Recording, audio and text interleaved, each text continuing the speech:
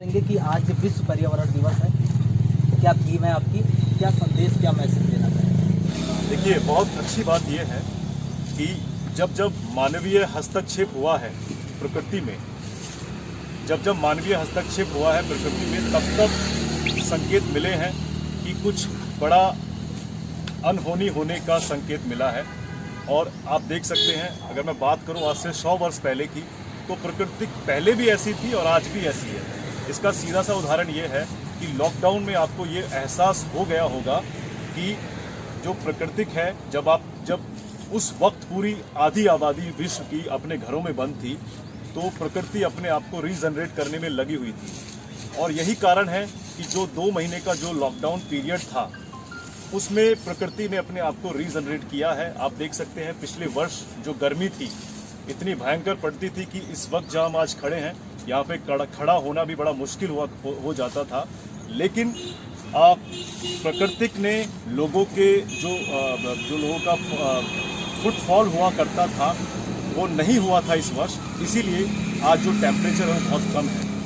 और इसमें सबसे बड़ी बात यह है कि हमें ये समझना होगा कि जब मानवीय हस्तक्षेप हुआ है प्रकृति में, तब घटनाएं हुई हैं। और ये कोविड-19 भी उसका एक बहुत बड़ा उदाहरण है कि मानवीय हस्तक्षेप के कारण आज ये जो महामारी फैली है, ये सब इसी का एक परिणाम है। तो बार बार एक संकेत दिया जाता है हमको कि हमें सावधान रहना है, हमें प्रकृति का ख्याल रखना है, हमें बचाव करना है, हमें पर्यावरण को सबसे सर्वोपरि लेके चलना है, क्योंकि हमारी जनरेशन के लिए बहुत ज़रूरी है। क्योंकि हम तो इस संसार से चले जाएंगे, लेकिन हमारी जो जनरेशन है, हम उसके लिए क्या छोड़ के जाएंगे।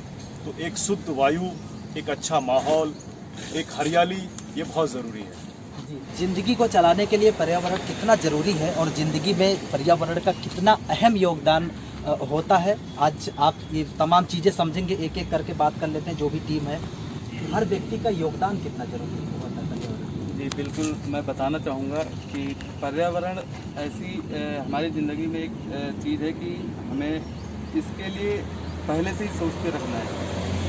अगर आज हम इस पर ध्यान नहीं दिए तो आने वाली पीढ़ी हम ही से सवाल पूछेगी कि आपने हमारे लिए छोड़ा क्या। जैसा कि होता है कि तो हमारी सबसे मूल संपत्ति जो है वो पर्यावरण को सुरक्षित रखना है। तो इस क्षेत्र में हम लोग शुरू से ही, करीब सालों हो गए, हम लोग पर्यावरण को लेकर और समाज में जितनी भी गंदगी है, उन सब चीज़ों को और लोगों को जागरूक भी कर रहे हैं।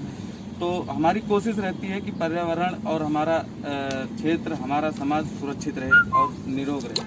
जिस तरह हम अपने घर पे लोगों का देखभाल करते हैं, तो उसी तरह हमें हमारा फर्ज बनता है कि हम पेड़ों को भी देखभाल करें, ताकि जो दुनिया में इतने पोल्यूशन होते हैं, लोग इतनी गाड़ियाँ चलाते हैं, अगर पेड़ ही नहीं लगाएंगे, उनका देखभाल नहीं करेंगे, तो पोल्यूशन ही पोल्यूशन हो जाएगा, फिर लोगों का जीना भी मुश्किल हो जाएगा। तो पेड़ों का देखभाल भी करना बहुत ज़रूरी है और लगाना भी बहुत ज़रूरी है।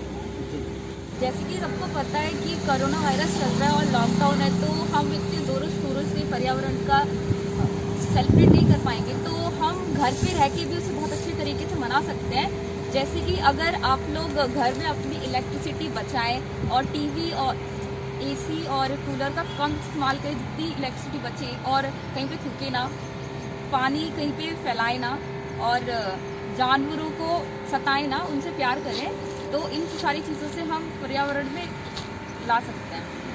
25 मार्च से 2 महीने के अंदर में मैंने खुद ने फील किया, और मैंने क्या, हर भारत के हर नागरिक ने ये फील किया है कि कभी नोएडा, दिल्ली, एनसीआर में AQI कहाँ 600-700 के आसपास रहता था, और वो AQI मैं तो नहीं जानता कभी इतना नीचे है। 550 AQI मैंने देखा, एयर क्वालिटी इंडेक्स, जो कि मेरी नॉलेज में फर्स्ट टाइम ये हुआ है। तो ये सिर्फ किस वजह से हुआ है, एक लॉकडाउन की वजह से। हम लोग क्या करते हैं, अगर एक लोग भी जा रहा है तो वो भी गाड़ी से जा रहा है, 4 लोग भी जा रहे हैं तो चारों लोग अलग अलग गाड़ी से जा रहे हैं। तो इस लॉकडाउन की वजह से पूरा ट्रांसपोर्ट बंद था, पूरा रेल बंद है, सब कुछ बंद था।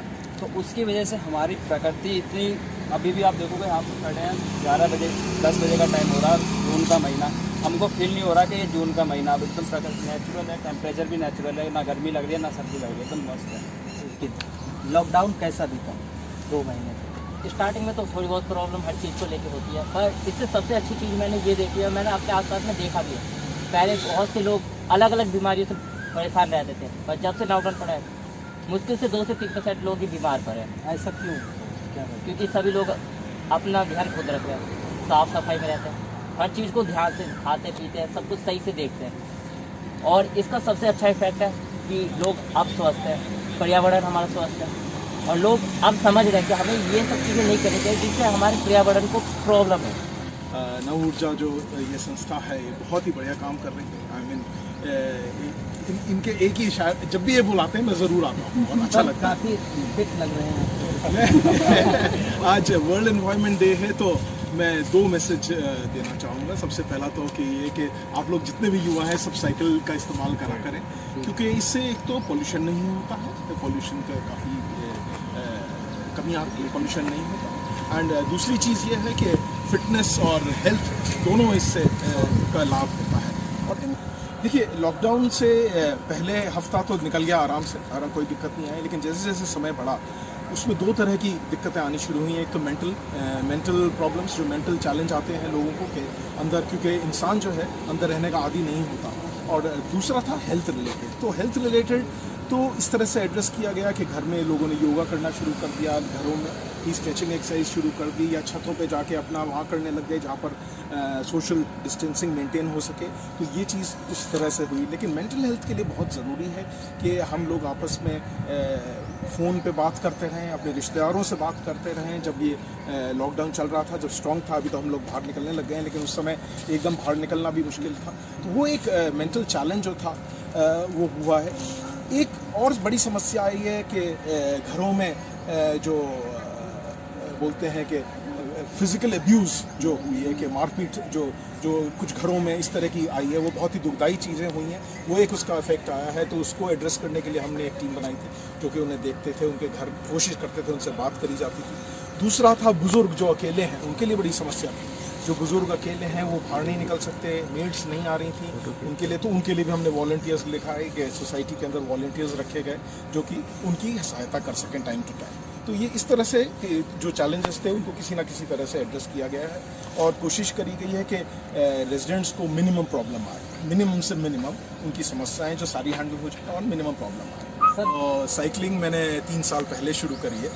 तो आजकल मैं अराउंड प्रतिदिन 30 से 40 किलोमीटर साइकिलिंग करता हूँ। तो 1.5 घंटे से 2 घंटे तक साइकिलिंग करता हूँ, और हफ्ते में 5 बार तो करता ही हूँ कम से कम। मैं एज नहीं बताऊंगा। नहीं, मेरे को कोई उसमें शर्म नहीं है। I am in my late 50s।